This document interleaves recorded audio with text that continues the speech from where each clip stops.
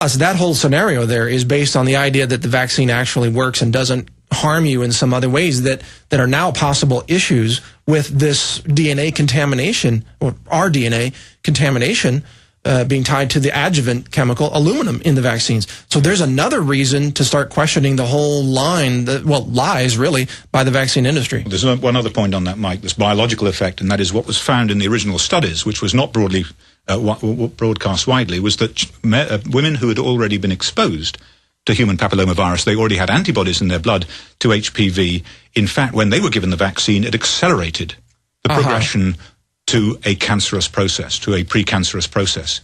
So it did not protect, and it may have actually accelerated the progression to cancer. Well, because in that case, the vaccine is interfering with the body's natural immune response process, which is basically taking care of the problem, as it does. You know, the human immune system is an amazing piece of biotechnology.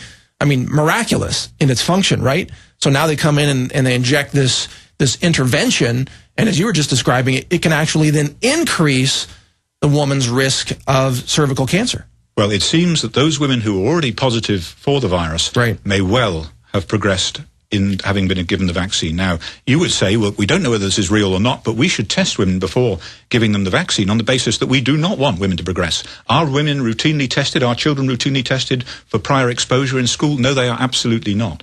So what are we doing? We do not know, and they most certainly do not know. I wonder how long it's going to take before this great wall of disinfo that the vaccine industry surrounds itself with, you know, the quackery, the disinformation, the outright fabrications, the lies, the criminality, the corruption, even the bribery, the falsification of data in clinical trials. I could go on. But when will this dam break? When will the great wall of disinfo be shattered, you think, and the truth will pour out, and the whole vaccine industry will be exposed as crooks and criminals? Mike, it's breaking. It's leaking. That dam is leaking so badly at the moment. And the reason that their attacks on me, for example, and on this congresswoman have been so vicious is because they're losing. They're losing. And they cannot understand why the public are not being coerced by their public relations and their policies. They can't work that out, and they're furious. We got to go to a break. It drives them crazy. You're right. Dr. Andrew Wakefield is with us here on The Alex Jones Show. We'll be right back after this break with more, including secret memos on vaccines. Stay with us right here on The Alex Jones Show. Joined in studio right now by Dr. Andrew Wakefield, and we've been discussing the Gardasil vaccine and the HPV vaccinations and Governor Rick Perry.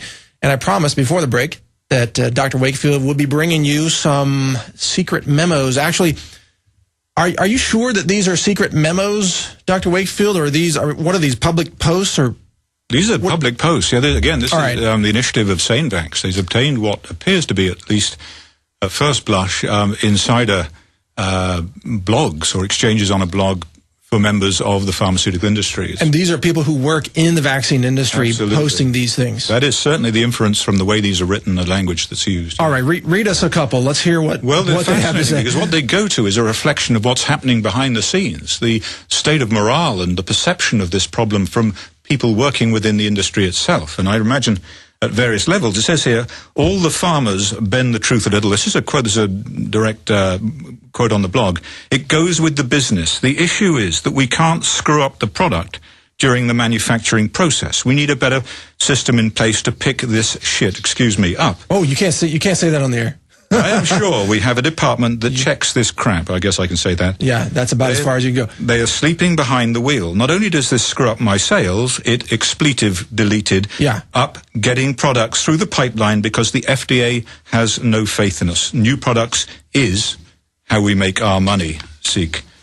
It then goes on, and Merck will handle this just the way they handled Vioxx. Deny, deny, deny until the FDA is forced to do something. It's one thing when adults are hurt. When kids get hurt, look out. Merck will finally get it what it deserves.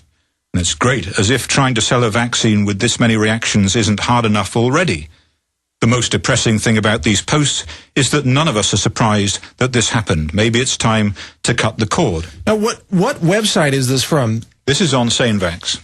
But I mean, they sourced it from another discussion group that's vaccine or pharma insiders. What I think is called Cafe Pharma, which is an internal a blog within the industry. I've seen that before. I've seen some people on there sort of venting. But in all fairness, we don't really know. These could be people just sort of planting these. I mean, it's possible, right? We don't know who they are necessarily. It could well be. It could well be. But it says here, let me read you one. I remember that when we were at the launch meeting and they were laying out the marketing strategy for Gardasil, you didn't have to be a genius to see that the whole thing stank from day one. Now, at least one can infer from that reasonably, without invoking defamation, that this came from someone within the industry who was, in fact, themselves at that marketing strategy meeting. Well, and it fits a pattern. We've seen ex-pharmaceutical reps speak out and write books and go public with what happened inside the industry. There have been people from the pharmaceutical companies who have gone public, from the executive level inside pharmaceutical companies that have gone public and that have told similar stories. So it definitely fits a pattern. It's not like this is some odd, where did this come from? No, this is fitting the pattern of what pharma is doing. Quite right, and it was first disclosed to me, this issue of women who were already positive for papillomavirus antibodies progressing to develop more invasive forms of tumour or pre-tumours, that this in fact was inside information provided to me from someone within the company. Extraordinary information. I'd like to ask you to stay with us. We're going to take a break right now, Dr. Wakefield, but we will be back here on the Alex Jones Show right after this break to continue talking with Dr. Wakefield, and then joined in studio by Dr. Andrew Wakefield, who is, of course, the researcher who first looked at the links between vaccines and gastrointestinal disorders in children. Now, interestingly, Dr. Wakefield never said that vaccines cause autism, and yet that accusation has been used against him in numerous smear campaigns and total lies and total fabrications by even medical journals. And, of course, virtually everyone in the mainstream media, all the usual suspects. We're not even going to get into that. Now, we were talking before the break, Dr. Wakefield, about the bill in California. What this bill, once again, would allow schools to inject children with vaccines without parental consent. Correct. I want to get another action item from you on this. What can people do right now to resist this vaccine tyranny in California and help defeat this bill? Well, I think if parents do not oppose this bill, then they are going to fail their own children in California for a long, long time to come. The thing to do is to contact the office of Governor Brown to veto the bill AB 499, and that must be done as soon as possible. The bill has actually been passed but not signed off, but there are many in California who think it has actually been put into action. So it is passed, it must be vetoed by the governor refusing to sign it off.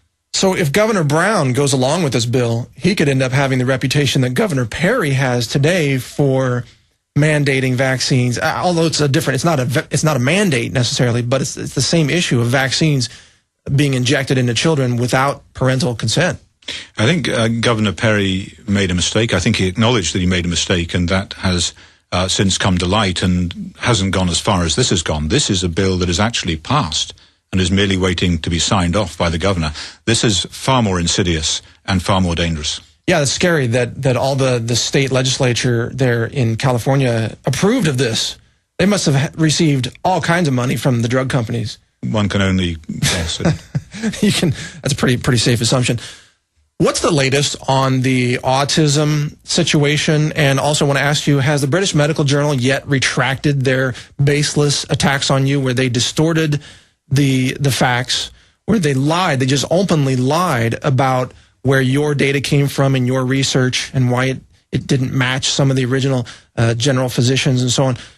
Any updates on that situation? Well, the simple answer to the question is no, they have not retracted, but they have now, in the last few days, been given the opportunity to retract, having been presented with the definitive evidence there was absolutely no fraud. In fact, the fraud was fully on the part of the journalist Brian Deere. So we shall await events on that one and see where they go with that. But clearly, the BMJ are incompetent in as much that they failed to check their facts and they've got themselves into a very difficult situation. Now, as far as autism in general, what has happened since I spoke to you last, Mike, we've had the paper from South Korea showing 1 in 38, 1 in 36 children in South Korea have autism, an extraordinary level of disease. We've had a number of papers showing that it is far more of an environmental disorder than previously thought, far less of a genetic disorder.